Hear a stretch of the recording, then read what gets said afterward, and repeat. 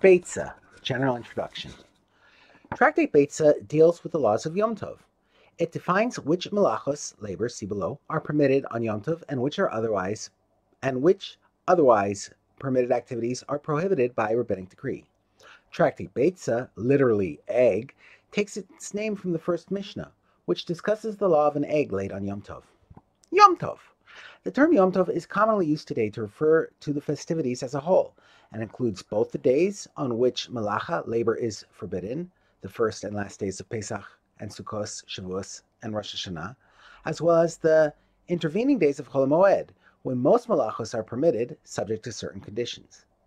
In the Mishnah, however, and especially in this tractate, the term Yom Tov refers specifically to the days on which melacha is forbidden.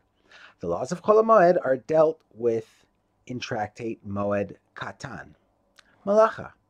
The term malacha, plural malachos, will appear often in our commentary to this tractate. It refers to any of the 39 labors forbidden on Shabbos. These are listed in Tractate Shabbos, chapter 7, Mishnah 2. Though the Mishnah there lists 39 specific malachos, each of those is really a category of labor and includes many related activities, which are known as toldos, subcategories. Malachas permitted on Yom Tov.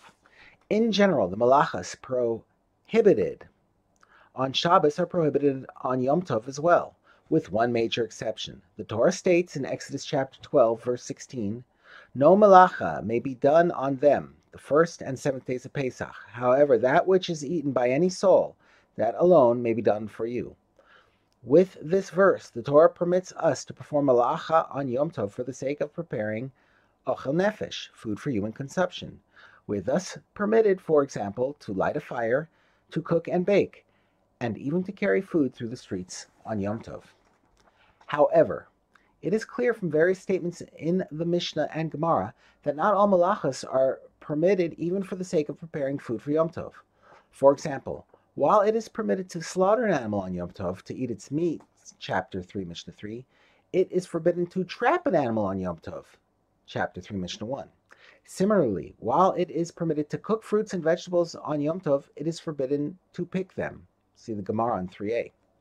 The Gemara does not give a clear rule for which malachas are permitted and which are not. Based on the various rulings of the Gemara, the Rishonim, early commentators on the Talmud, suggest different guidelines for distinguishing between the permitted malachos and forbidden ones. 1. Rashi, 23b and 9a, explains that malachos that can be done before Yom Tov without impacting on quality or taste of the food are forbidden on Yom Tov. Only those malachas which, if done before Yom Tov, would cause the food to be of a lower quality on Yom Tov are permitted on Yom Tov. Therefore, trapping is forbidden on Yom Tov, since it makes no difference to the quality of the food whether the animal is trapped before Yom Tov or on Yom Tov. Similarly, it is forbidden to pick produce on Yom Tov because it could be picked on Erev Yom Tov and be eaten the next day with hardly any difference in taste. Slaughtering and cooking, on the other hand, may be done on Yom Tov because fresh meat and freshly cooked food taste significantly better than meat and cooked food that are a day old. 2. Rosh 3:1 and Ran, Rif 12b, propose that the forbidden malachos are those that are commonly done to prepare large amounts of food to be used over a period of time. Only those that are commonly done in small amounts to prepare for immediate use are permitted. Thus, it is permitted to slaughter and cook, since these are commonly done in small amounts to prepare for the day's meals. But it is forbidden to pick produce or trap animals, since these are commonly done in larger amounts to be used over many days, weeks, or even months.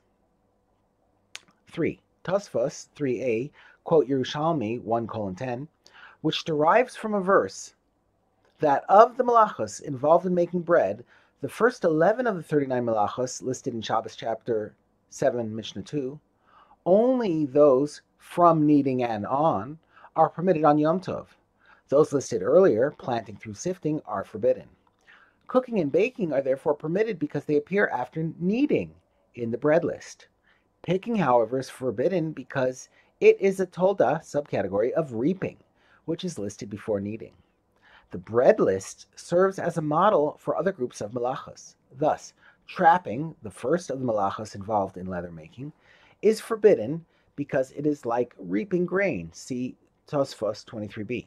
Slaughtering is permitted because it is like kneading. See Yam Shel Shlomo 3:1. Rav in his commentary to Mishnah chapter 3, Mishnah 1, appears to follow this view of Tosfos. Biblical or rabbinic?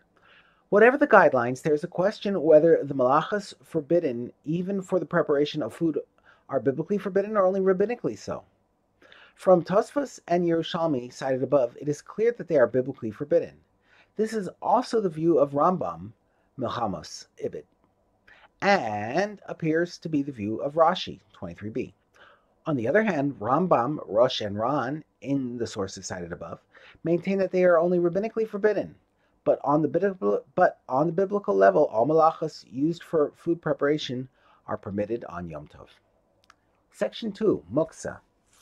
One topic that appears throughout this tractate is the law of muksa. The term muksa, literally set aside, refers to objects that, in the normal course of events, are not expected to be used on Shabbos or Yom Tov, either because they were not fit to be used when Shabbos or Yom Tov began, or because they were not permitted to be used, or because a person set them aside not to be used. The sages decreed that such objects may not be handled or moved about on Shabbos or Yom Tov. This decree, although rabbinic, can be traced back to the days of the prophet Nehemiah. See Shabbos 123b. There is also a prohibition against using muksa, for example, eating it or using it as firewood.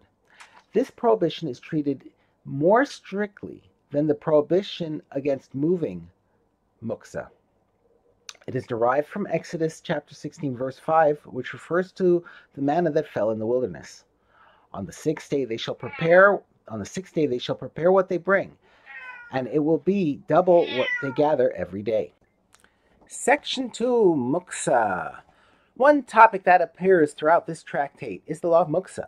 The term muksa, literally set aside, refers to objects that, in the normal course of events, are not expected to be used on Shabbos or Yom Tov, either because they were not fit to be used when Shabbos or Yom Tov began, or because they were not permitted to be used, or because a person set them aside not to be used.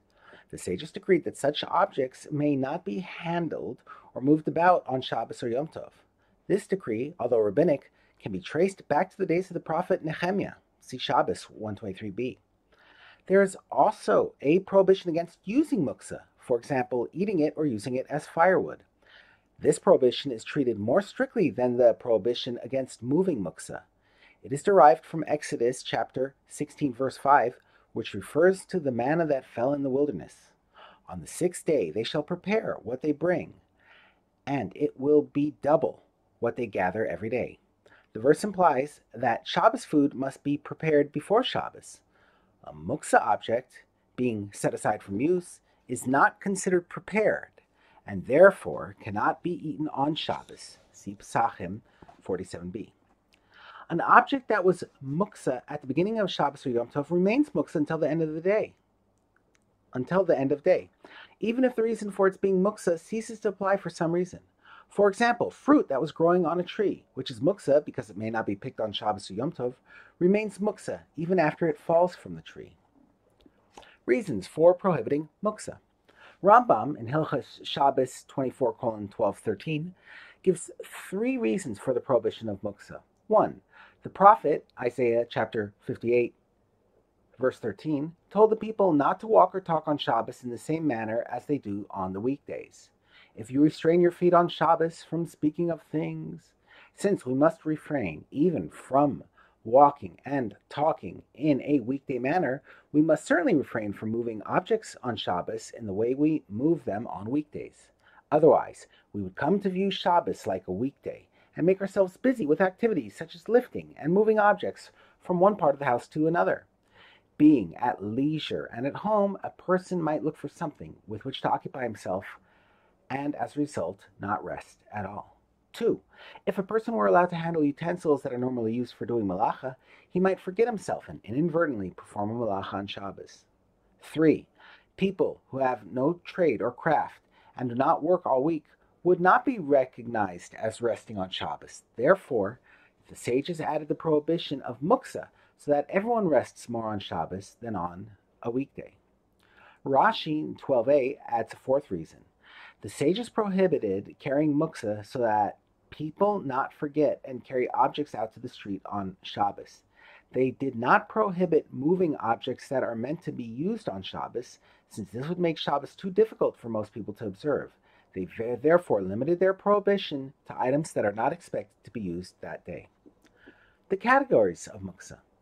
As we explained above, muksa is any item that was not prepared for use before Shabbos.